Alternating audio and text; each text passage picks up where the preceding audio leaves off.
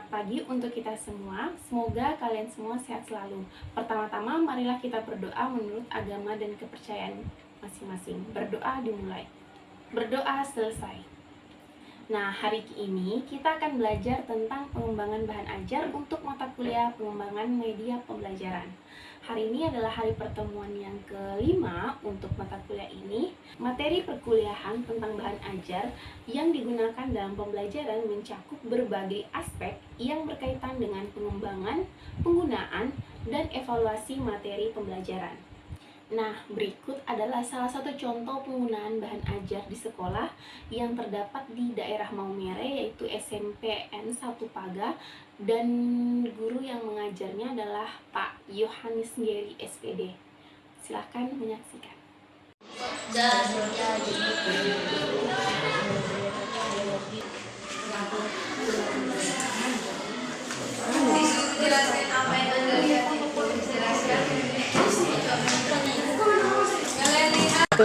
Saya guru mata pelajaran IPA terpadu. Bahan ajar yang biasa saya pakai itu PowerPoint, kemudian buku-buku pelajaran IPA terpadu, kemudian pakai juga untuk evaluasi biasa pakai quiz, pakai secara online. Itu saja. Dari video yang ditayangkan, kira-kira penggunaan bahan ajar apa ya yang digunakan oleh gurunya? Silahkan jawab di kolom komentar ya.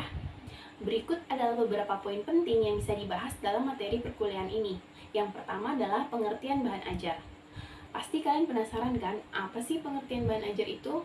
Nah, pengertian bahan ajar bisa kalian lihat di layar.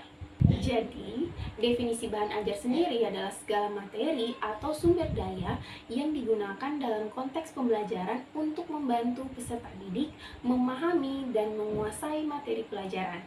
Jadi, bahan ajar ini bisa berupa teks, gambar, video, audio, presentasi, modul, perangkat lunak, permainan pendidikan, dan berbagai bentuk media pembelajaran lainnya. Nah, bahan ajar sendiri punya berbagai macam peran dan fungsi dalam proses pembelajarannya. Yang pertama adalah memfasilitasi transfer pengetahuan. Jadi bahan ajar berperan sebagai sarana untuk menyampaikan informasi, konsep, dan pengetahuan kepada peserta didik. Jadi, bagaimana kita sebagai guru berusaha untuk bisa mentransfer pengetahuan dengan bahan ajar ini kepada peserta didik agar peserta didik tidak mengalami yang namanya miskomunikasi dalam pembelajaran, terutama pembelajaran kimia. Seperti yang kita tahu, banyak anak SMA yang bilang bahwa pembelajaran kimia itu sangatlah susah. Jadi, bagaimana kita guru untuk menarik perhatian mereka dengan bahan ajar yang kita kembangkan agar mereka tidak mengatakan lagi bahwa kimia itu susah loh. Peran bahan ajar yang kedua adalah sebagai berikut. Di sini bahan ajar membantu peserta didik untuk merencanakan, mengorganisasi, dan memahami struktur materi pelajaran. Bahan ajar yang baik dapat memberikan panduan yang jelas tentang apa yang harus dipelajari dalam urutan pembelajaran. Makanya kenapa di bahan ajar itu ada digunakan yang namanya petunjuk untuk menggunakan bahan ajar itu agar peserta didik dapat memahami urutan-urutannya dalam penggunaan bahan ajar yang kita kembangkan. Yang ketiga adalah sebagai berikut. Di fungsi yang ketiga, bahan ajar yang dirancang dengan baik dapat merangsang peserta didik untuk terlibat dalam aktivitas pembelajaran seperti membaca, mencatat, merespon pertanyaan, atau melakukan tugas tertentu. Hal ini dapat meningkatkan partisipasi dan keterlibatan peserta didik dalam proses pembelajaran, terutama pembelajaran kimia. Fungsi yang keempat adalah sebagai berikut. Nah, di fungsi yang keempat, bahan ajar dapat menjadi alat yang efektif untuk pembelajaran mandiri. Peserta didik dapat menggunakan bahan ajar sebagai referensi saat belajar secara mandiri, memungkinkan mereka untuk mengatasi hambatan dalam pemahaman materi pembelajaran itu sendiri. Jadi, bahan ajar di sini diharapkan agar dapat membuat peserta didik untuk belajar secara mandiri dimanapun dan kapanpun. Fungsi yang kelima adalah sebagai penyedia informasi tambahan. Nah, bahan ajar juga dapat menyediakan informasi tambahan berupa ilustrasi, contoh, dan studi kasus yang memperkaya pemahaman peserta didik tentang materi pembelajaran. Hal ini dapat membantu dalam menggambarkan konsep-konsep yang kompleks atau bersifat abstrak. Contohnya adalah pada materi kesetimbangan kimia, siswa pasti sangat susah bagaimana sih membayangkan tentang apa sih itu kesetimbangan kimia dan bagaimana proses terjadinya kesetimbangan kimia. Jadi di sini kita sebagai guru bisa memberikan contoh di dalam bahan ajar kita berupa ketika seseorang anak sedang memasak air, di situ telah terjadi proses kesetimbangan kimia di mana air dapat mendidih dan menjadi uap air dan kembali lagi menjadi air. Fungsi yang keenam adalah mendukung pembelajaran berbasis teknologi. Jadi dalam era digital, apalagi sekarang sangat-sangat marak yang namanya generasi Gen Z, jadi bahan ajar sering disampaikan melalui platform online atau perangkat lunak pembelajaran. Hal ini memberikan fleksibilitas dan aksesibilitas yang lebih besar bagi peserta didik dalam mempelajari materi pelajaran itu sendiri. Kita sebagai guru dapat belajar berbagai macam platform online atau berupa aplikasi untuk mendesain pengembangan bahan ajar itu seperti apa. Contohnya adalah aplikasi Canva. Kita dapat merancang bahan ajar yang telah kita buat itu ke dalam aplikasi Canva dan dibentuk menjadi aplikasi PDF atau flipbook, sehingga siswa atau peserta didik dapat belajar di mana saja dan kapan saja, dan karena ada ilustrasi-ilustrasi atau contoh kasus dan didesain dengan gambar yang menarik, maka peserta didik akan sangat antusias dalam mempelajari bahan ajar yang telah kita kembangkan. Fungsi yang ketujuh adalah evaluasi dan pengukuran. Bahan ajar juga dapat berfungsi sebagai alat evaluasi. Ujian, latihan, atau tugas yang berkaitan dengan bahan ajar digunakan untuk mengukur pemahaman peserta didik terhadap materi pelajaran itu sendiri. Sehingga di dalam bahan ajar itu ada yang namanya latihan soal, contoh soal. Jadi dari sini kita sebagai guru bisa mengukur kemampuan peserta didik kita. Jadi, bahan ajar ini tidak hanya berperan sebagai sumber informasi, tetapi juga sebagai alat yang dapat membantu memandu, memotivasi, dan meningkatkan efektivitas proses pembelajaran. Pemilihan, pengembangan, dan penggunaan bahan ajar yang tepat sangat penting dalam mendukung mencapainya tujuan pembelajaran. Jadi, selanjutnya kita akan beralih ke pengembangan bahan ajar. Setelah kita mengetahui apa itu definisi bahan ajar, peranan atau fungsinya, selanjutnya kita belajar tentang bagaimana sih kita mengembangkan bahan ajar itu sendiri. Nah, proses pengembangan bahan ajar ini termasuk ke dalam perencanaan, desain, produksi, dan distribusi. Sebelum kita mendesain bahan ajar, terlebih dahulu kita mengetahui tentang prinsip-prinsip desain instruksional. Prinsip-prinsip desain instruksional adalah pedoman yang digunakan dalam pengembangan bahan ajar untuk memastikan bahwa materi pembelajaran disampaikan dengan efektif dan efisien. Berikut adalah beberapa prinsip desain instruksional yang diterapkan dalam pengembangan bahan ajar. Penerapan prinsip desain instruksional ini dapat membantu dalam menciptakan bahan ajar yang lebih efektif, mudah dipahami, dan relevan bagi peserta didik. Hal ini akan meningkatkan peluang untuk mencapai tujuan pembelajaran dengan sukses. Faktor-faktor yang harus perlu dipertimbangkan dalam pengembangan bahan ajar seperti adalah tujuan pembelajaran, karakteristik peserta didik, dan konteks pembelajaran. Penjelasan tentang berbagai jenis media pembelajaran dapat digunakan dalam bahan ajar seperti teks, gambar, audio, video, dan multimedia interaktif. Kelebihan dan kelemahan masing-masing jenis media pembelajaran perlu diketahui oleh kita untuk membuat media pembelajaran apa yang ingin kita kembangkan. Selanjutnya adalah teknik-teknik penggunaan media pembelajaran untuk meningkatkan efektivitas pembelajaran. Yang keempat adalah evaluasi bahan ajar. Metode-metode evaluasi bahan ajar seperti evaluasi ahli atau expert review, uji coba lapangan, dan survei kepuasan peserta didik juga dilakukan oleh pengembang bahan ajar itu sendiri. Kriteria evaluasi untuk menilai kualitas bahan ajar termasuk keterbacaan, keterjangkauan, kesesuaian dengan kurikulum, dan ketepatan informasi. Yang kelima adalah adaptasi dan customization. Konsep adaptasi bahan ajar untuk memenuhi kebutuhan dan karakteristik khususnya peserta didik itu sangat diperlukan. Strategi untuk customizasi bahan ajar dalam konteks pembelajaran online dan jarak jauh itu sangat diperlukan. Yang keenam adalah isu-isu etika dalam bahan ajar. Etika penggunaan sumber daya dalam bahan ajar seperti hak cipta, lisensi, dan keaslian konten itu sangat diperlukan.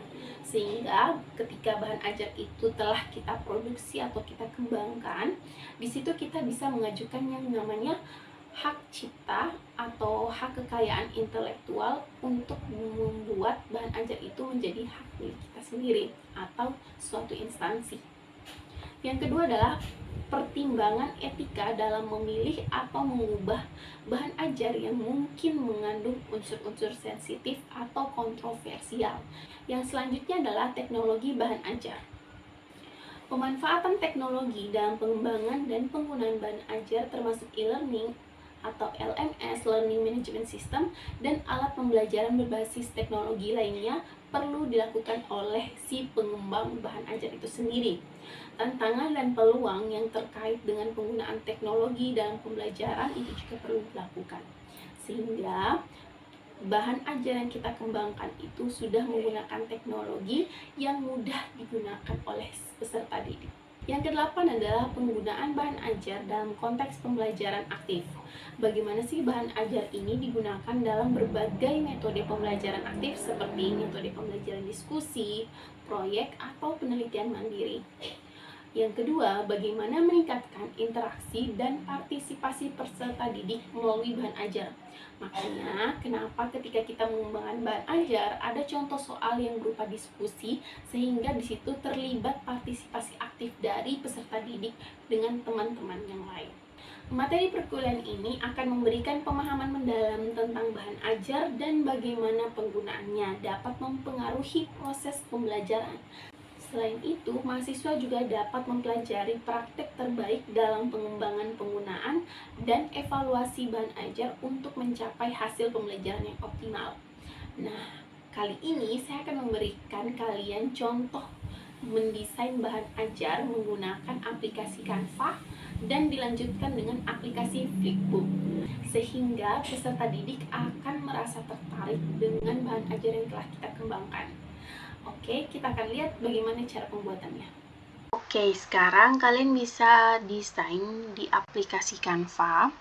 Pertama, kalian harus login dulu ya bagi yang punya akun. Kalau yang belum punya akun, silahkan sign up atau daftar terlebih dahulu.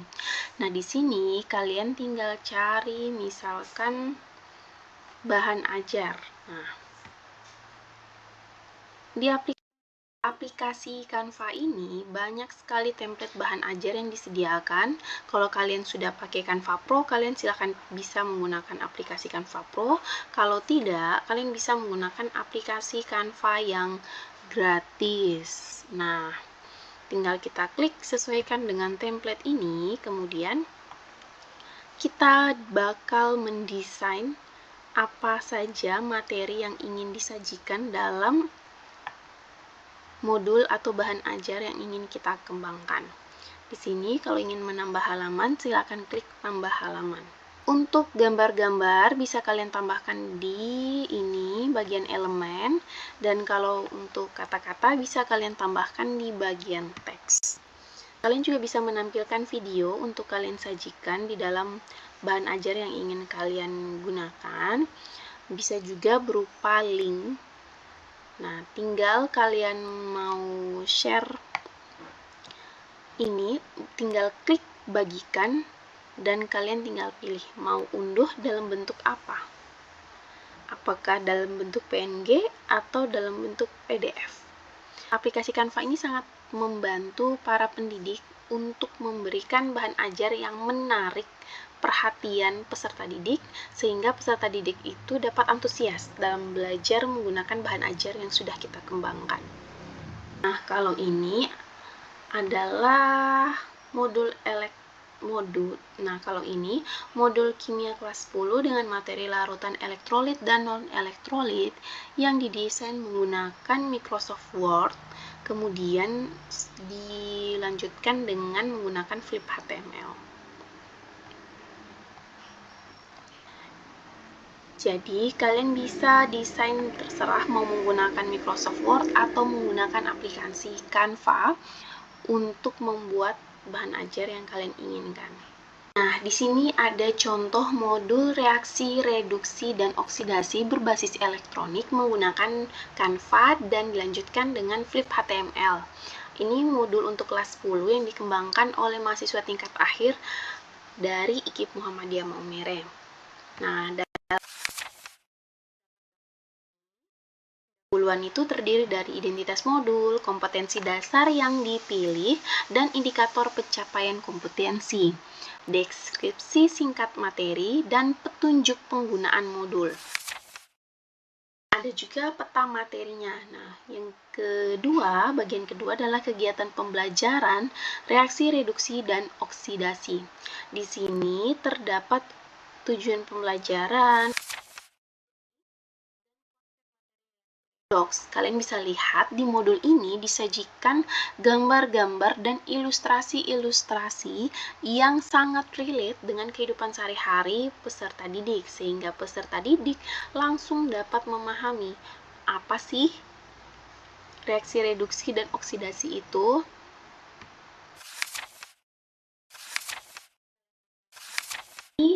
Ada juga rangkuman, penugasan mandiri, latihan soal, dan kunci jawabannya. Terdapat juga penilaian diri dan daftar pustaka. Jadi silahkan kalian membuat bahan ajar yang kalian inginkan, mau di dalam bentuk PDF atau mau dalam bentuk flip HTML, silahkan, tergantung kreativitas kalian masing-masing. Oke, selamat mencoba. Sekian materi perkuliahan hari ini. Terima kasih. Apabila ada pertanyaan, silahkan bisa bertanya lewat WhatsApp group atau lewat LMS. Nah, di sini kita dapat berdiskusi bagaimana cara untuk mengembangkan bahan ajar agar siswa itu dapat langsung memahami pembelajaran materi kimia yang akan kita berikan kepada peserta didik. Semangat untuk kita semua. Mohon maaf apabila saya ada salah kata. Terima kasih. Assalamualaikum warahmatullahi wabarakatuh. Selamat pagi.